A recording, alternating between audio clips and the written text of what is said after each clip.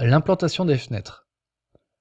Pour ça, toujours l'onglet Architecture et Fenêtres. Je clique dessus et on voit apparaître, normalement, vous avez un type de fenêtre, moi j'en ai un deuxième, c'est parce que je l'ai chargé. Alors, ici, sur cet onglet, on a la possibilité de charger des familles. C'est-à-dire que ce sont des familles qui sont dans votre ordinateur, mais qui ne sont pas chargées dans l'interface de Revit. Pour ça, je vais cliquer dessus. Là, ici, on voit apparaître toutes les catégories de familles, hein, fenêtres, garde-corps, équipement mécanique, éléments de détail. Et nous, ce qui nous intéresse ici, c'est fenêtres. Donc, je double-clique. On va choisir des fenêtres avec volets. Ici, des fenêtres droit, avec volet et petit bois. Et je double-clique dessus. Là, ici, il y a une fenêtre qui s'ouvre.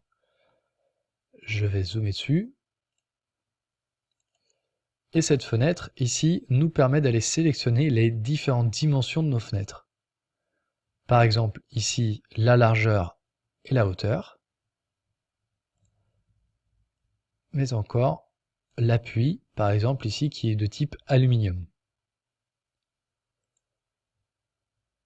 Ce qui nous intéresse ici pour l'exercice, c'est une fenêtre de 1,20 m par 1,35 m avec un appui béton. Donc je vais dérouler ici en attendant de tomber sur 1,20 m, ce qui est le cas. Là j'ai bien 1,20 m par 1,35 m, mais je suis sur un appui alu, donc je vais continuer à descendre. Et voilà, je la vois apparaître, elle est là. Et je clique sur OK. La fenêtre se charge. Et je peux la manipuler à partir des murs ici. Donc là, on voit plutôt que le sens d'ouverture est vers l'extérieur. Moi, ce que je souhaite, c'est qu'il soit vers l'intérieur. Donc, je vais basculer mon curseur vers le bas. Et je vais la positionner à l'axe à 90 de la cloison. Et je clique gauche. On voit apparaître tout autour de cette fenêtre différentes dimensions sur lesquelles on pourra intervenir tout à l'heure pour modifier le positionnement de la fenêtre.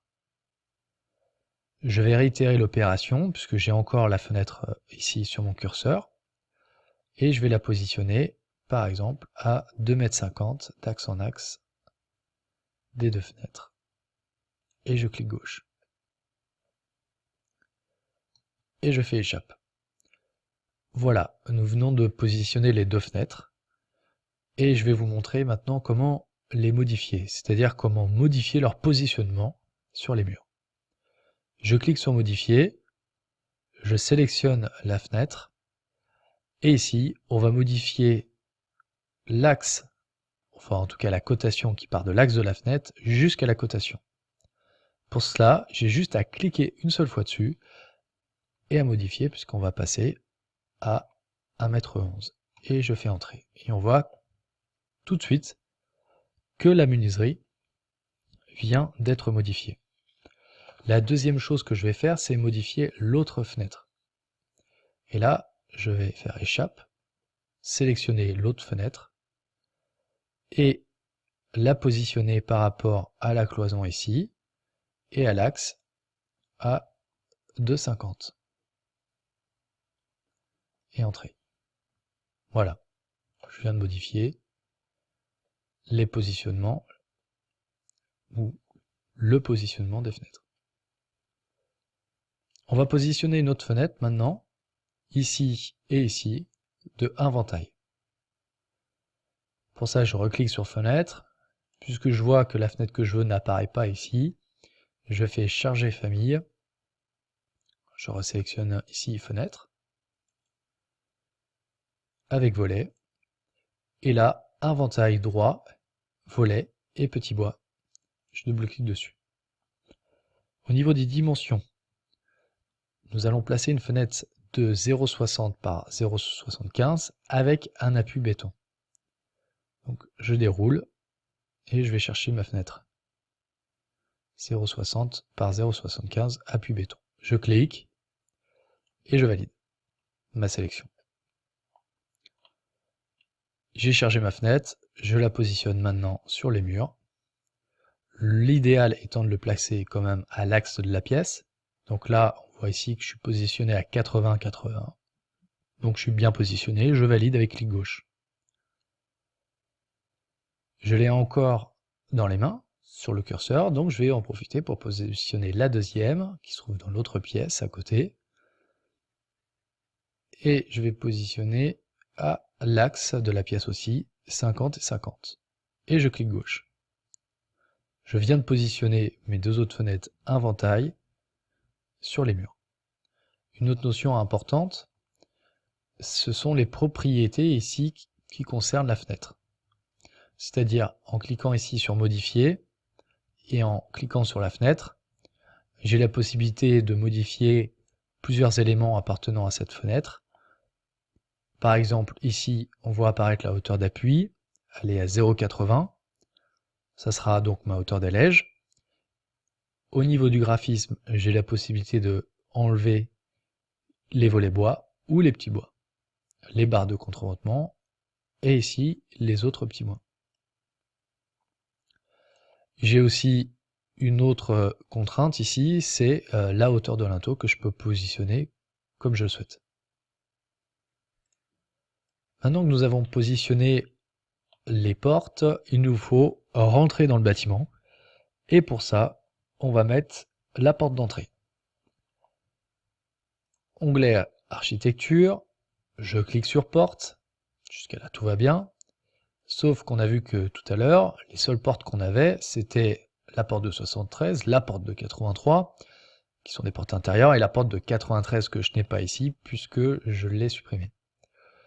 Donc, on va même faire la même chose que tout à l'heure concernant les fenêtres, c'est charger la famille.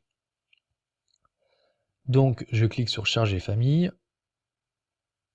Je vais aller ici dans l'onglet porte. Je vais sélectionner après extérieur qui doit se trouver par là, que je ne trouve pas. Extérieur avec angle d'ouverture, normalement. Voilà, entrée avec angle d'ouverture. Je double-clique. Et je vais sélectionner extérieur double. Voilà, alors j'ai toujours un aperçu ici de ce que je vais positionner sur le dessin. Et je fais ouvrir.